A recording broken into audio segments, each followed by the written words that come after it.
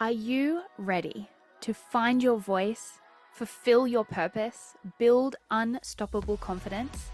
And are you ready to learn how to trust, accept, and love yourself enough to do the work to create what you want in life? Oh, and do you want to learn how to do it without burning yourself out, sacrificing what matters most, or compromising on your values? Then you're in the right place. I'm your host, Crystal Stanton, a certified coach, human design enthusiast, entrepreneur, and podcast host on a mission to guide women into their true, authentic success, to help them recognize their power and to step out from the shadows and into the woman they were always meant to be. Around here, we don't do grey, unaligned versions of our life. We don't settle for what we should be happy with. Around here, we do big, bold, courageous, fulfilled, rich lives, and we do it in an aligned, nourished, and truly authentic way. If that sounds like the life you want, then stick around and make sure you subscribe to the channel so you never miss an episode.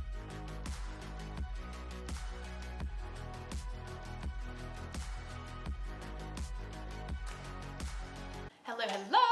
Welcome to another episode of Fearless. So, today we're jumping back into our Human Design 101 series.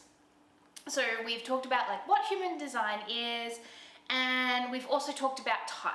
Okay, so we're moving on to the next area of human design. When you first come to human design, this is really, really important for you in starting your human design experiment. Because just like, we talked about the container or the purpose of your type can help guide your voice, your direction, the mission of your life.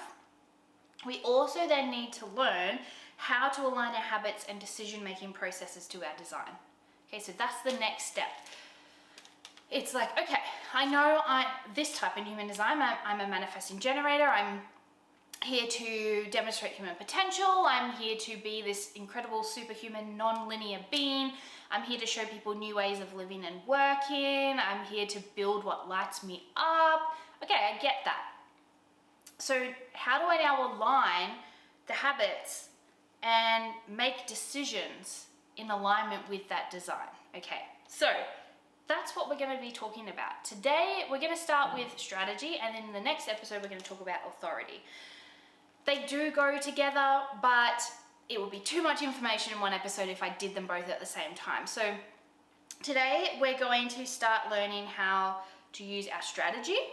And then in the next episode, we're going to learn about our authority, because basically strategy is your strategy in human design is how the universe communicates with you and how you work with the universe.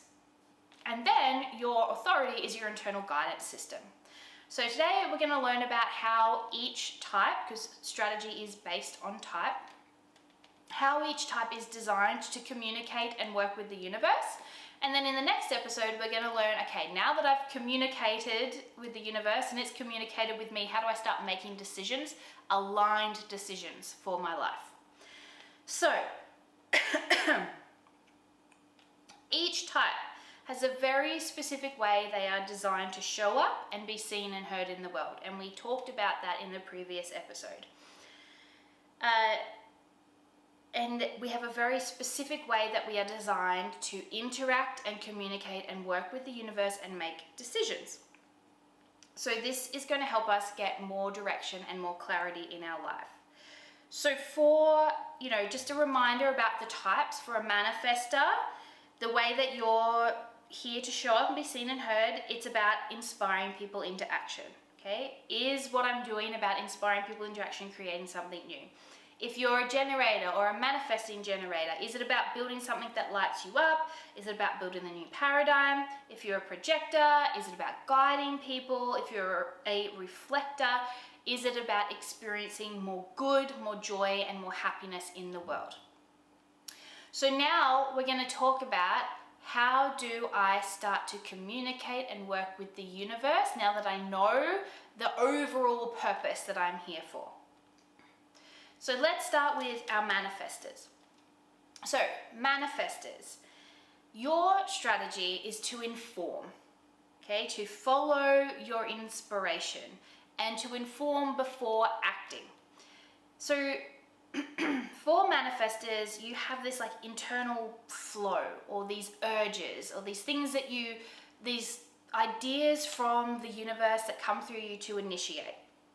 You are here to initiate and inspire people into action. And your strategy is to inform people. Declare the direction of your energy. Okay? It's not about asking for permission. It's not about waiting for feedback. And it's not about changing your direction based on that feedback. You are literally here to inform other people of the direction of your energy.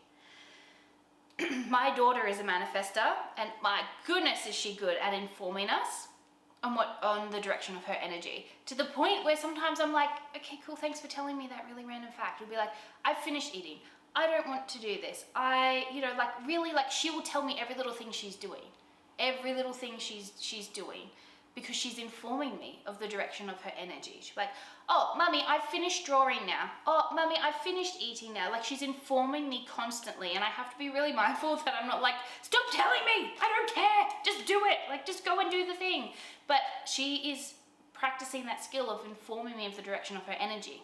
She's informing me what she wants to be initiating. Okay, so with this, like, practice with little things, like informing people just what you're doing. I'm going to the shops, I'm going to take an hour to study this thing, I'm going to watch this thing, I want this for dinner. And you also need to have the people around you, you need to let them know that you need them to inform you as well, okay? Doing this, having this process where you're informing people and having other people inform you as well, it really allows you to follow that inspiration and that creative flow when it is on. Because for you as a manifestor, when it's on, and when it's off, you're offline. Like, you're done, okay? So it's so important that you are developing this ability to inform people of the direction of your energy, because you don't have infinite energy. You don't have a motor like a generator type has, where it's just producing consistent energy. Your energy is there when this creative urge hits, when this idea comes through.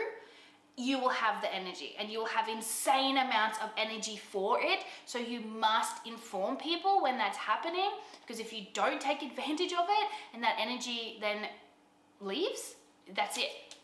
I've watched this happen to Evie so many times, where she's like just cruising, just like smashing it out, and then all of a sudden she's on the ground.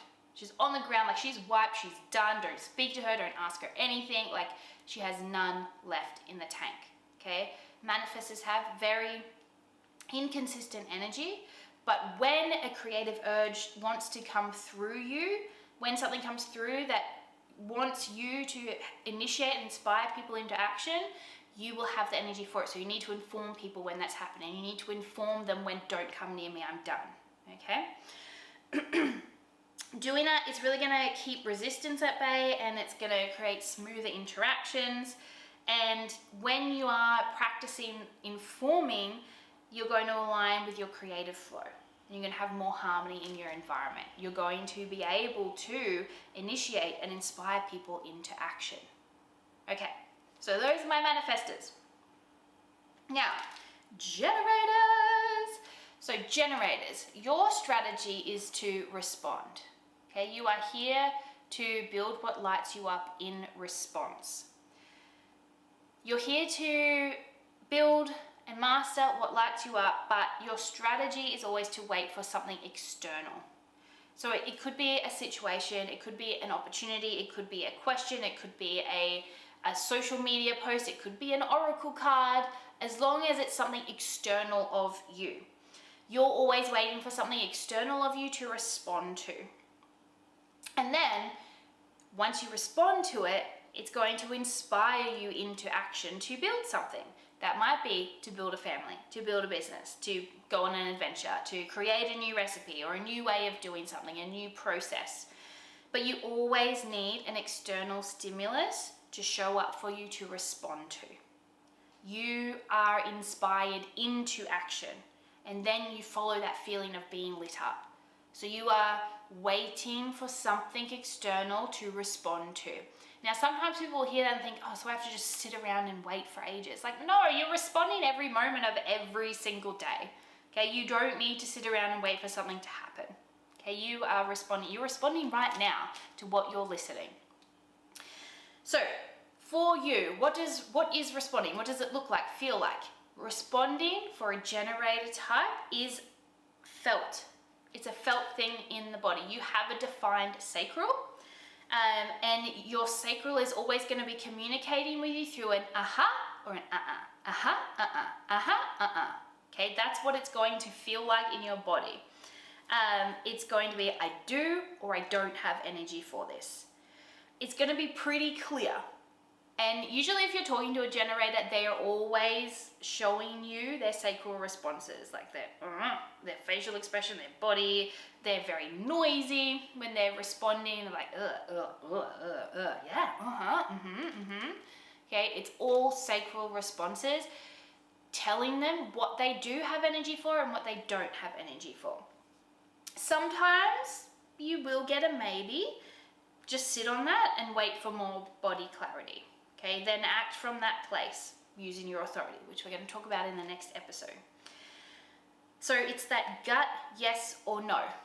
By listening to that, I have energy for this, or this, I don't have energy for that, and honoring that response in your sacral.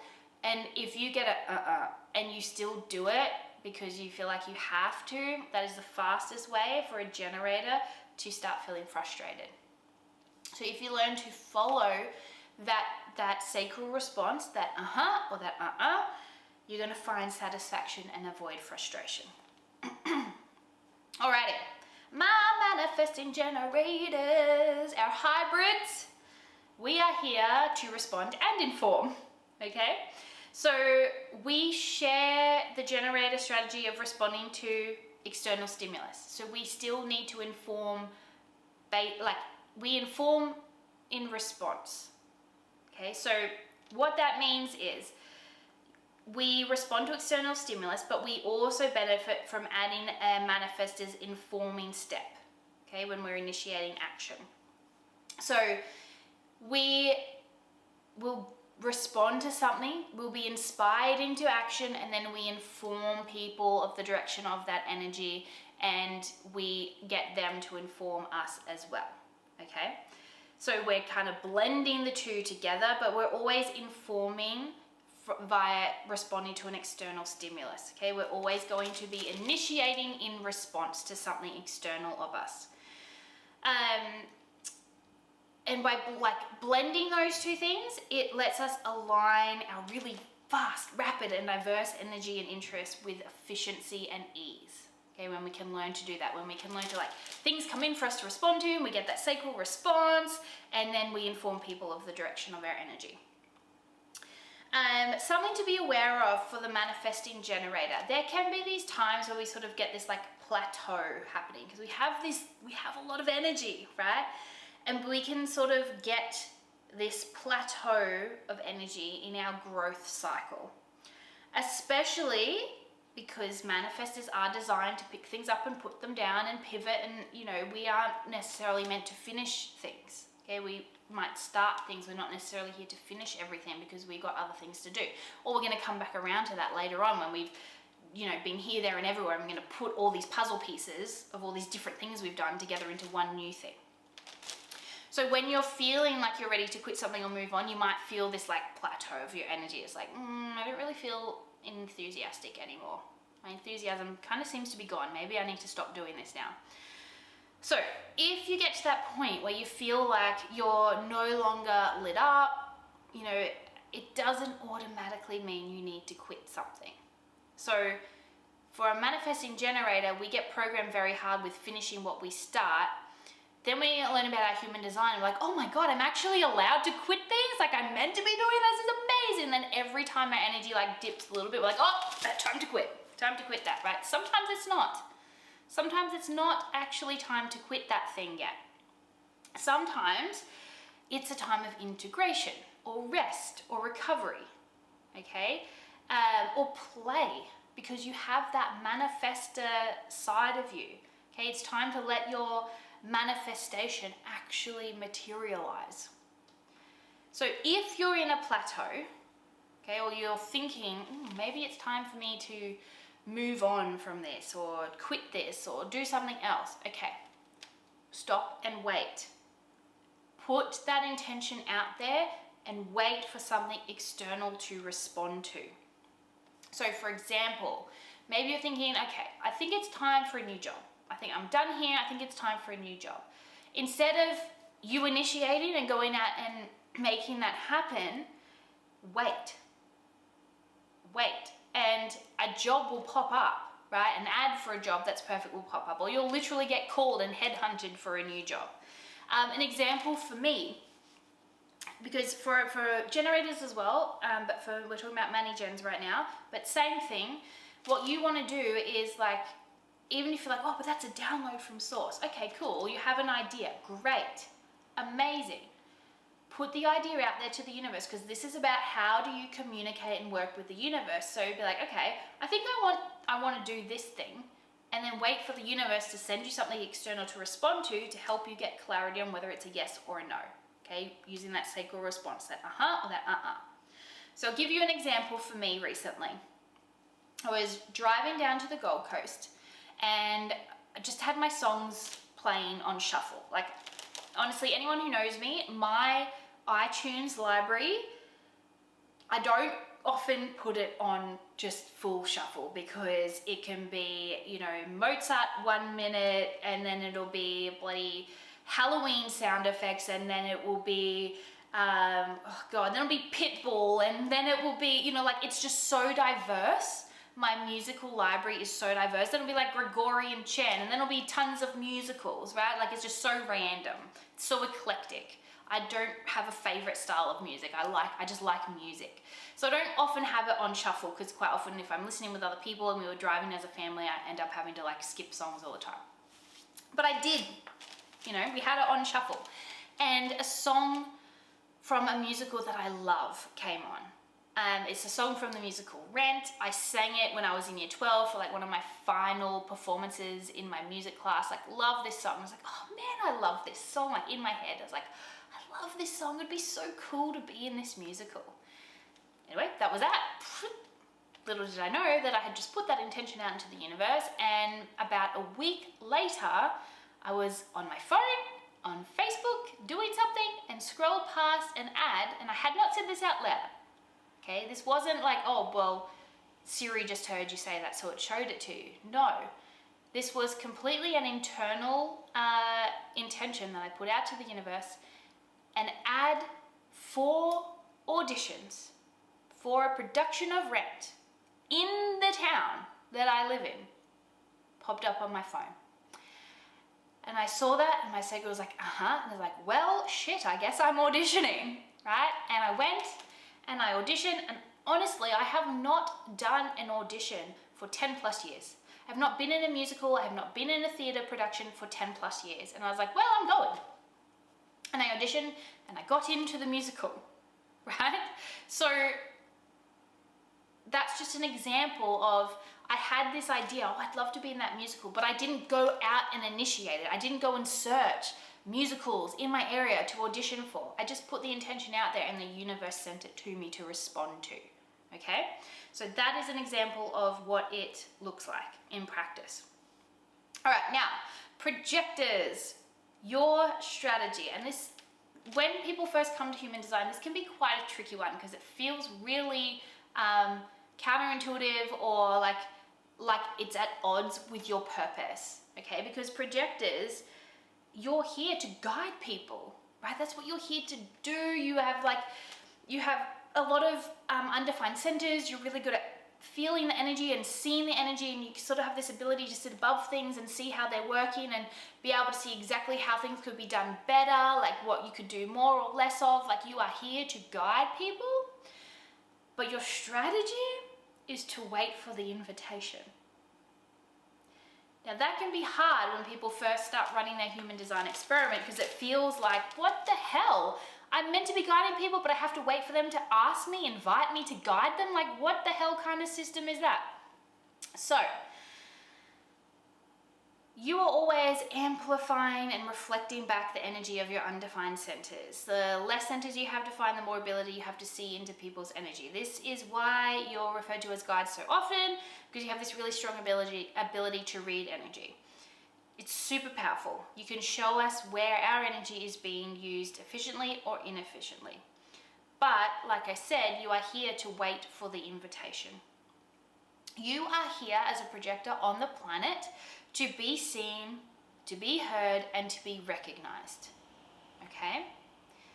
But, and projectors thrive, like this is what you thrive on. You thrive on recognition and invitations.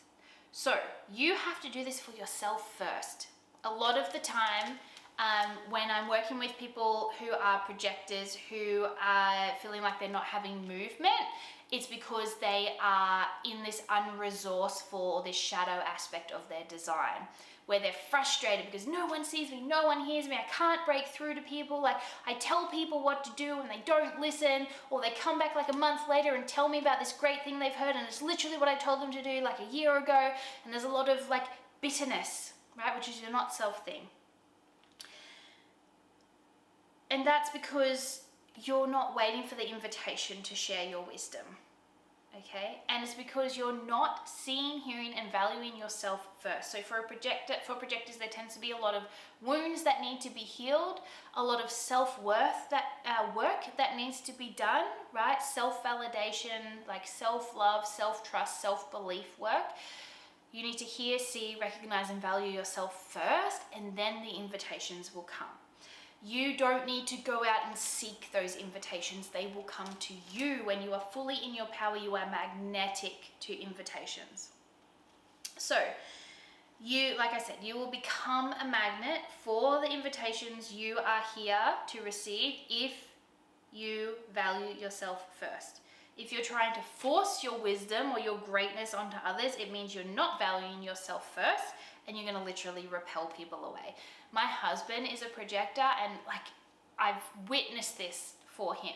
I've witnessed this happen to him time and time again, so many times, mostly before we knew about human design, you know, where like he would, you know, at work or in family, like whatever, he would share like, well, this is what we should do. This would make it better. Oh, you're experiencing that. You should try this thing. You know, he'd always be sharing his wisdom, but he wasn't waiting for the invitation to do it. And so people just not hear it. It's like, nah, I'm not going to do that. Or they just completely like not even respond to it, right? And he'd get so bitter about it and be so frustrated and angry. And then we've learned about human design, and now he knows, and he's done a lot of work on himself, a lot of internal work on himself, and now people come to him. Where he's working now, like he's the go-to dude. He is the man, the guy, because he waits for people to ask him. And then he tells them. Then he tells them all the things like, oh my gosh, yes, that's amazing. We should do that, right? Okay. So that's how the projector invitation works. Your strategy is to wait to be invited into big life decisions such as career, relationships, living situations. Okay, wait to be invited. This really ensures that your guidance is valued, okay, and that your energy is directed where it's most impactful. And that's how you avoid feelings of bitterness.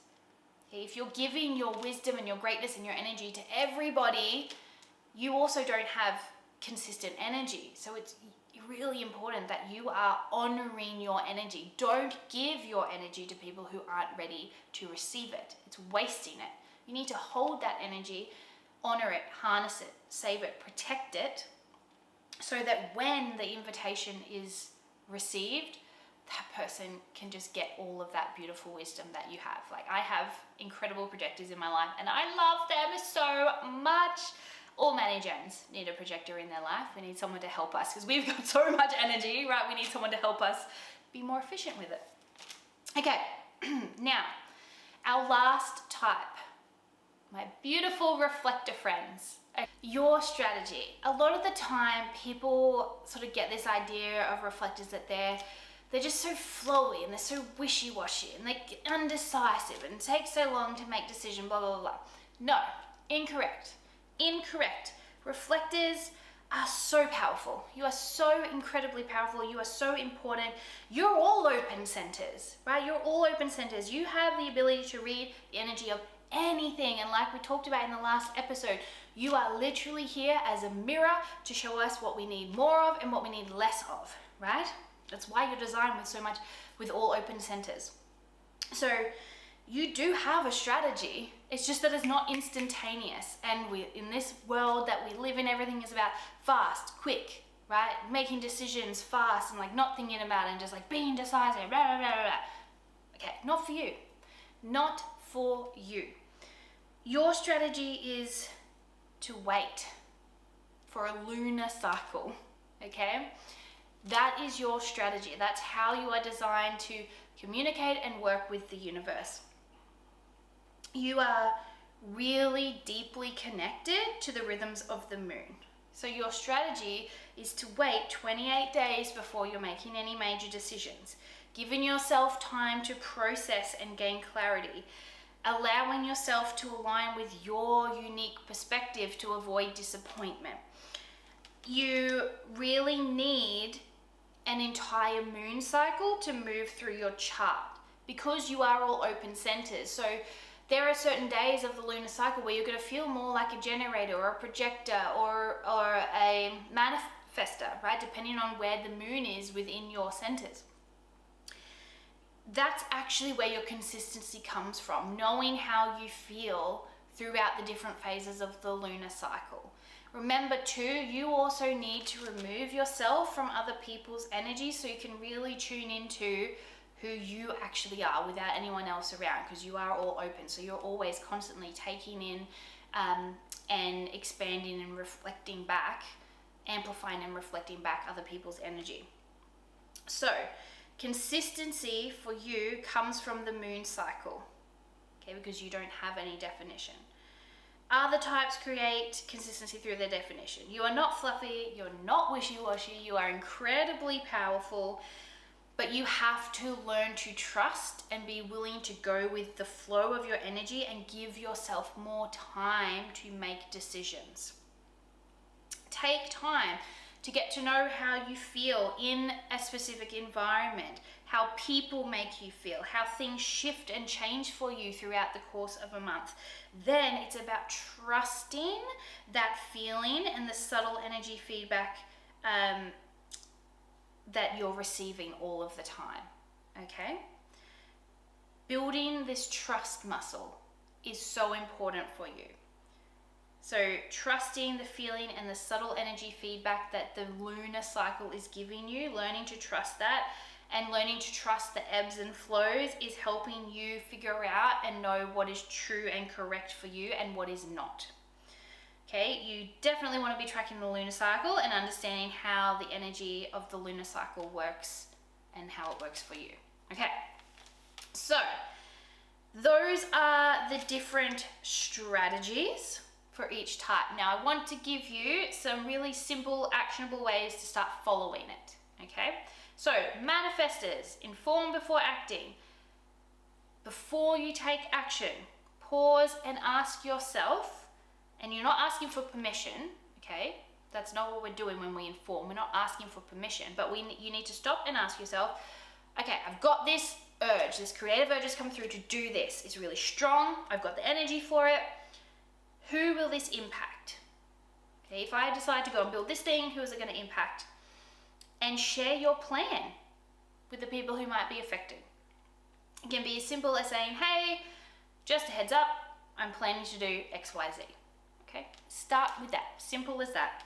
Generators, here to respond. How do you start? Pay attention to what grabs your attention in the world around you. It could be an invitation, a conversation, an opportunity.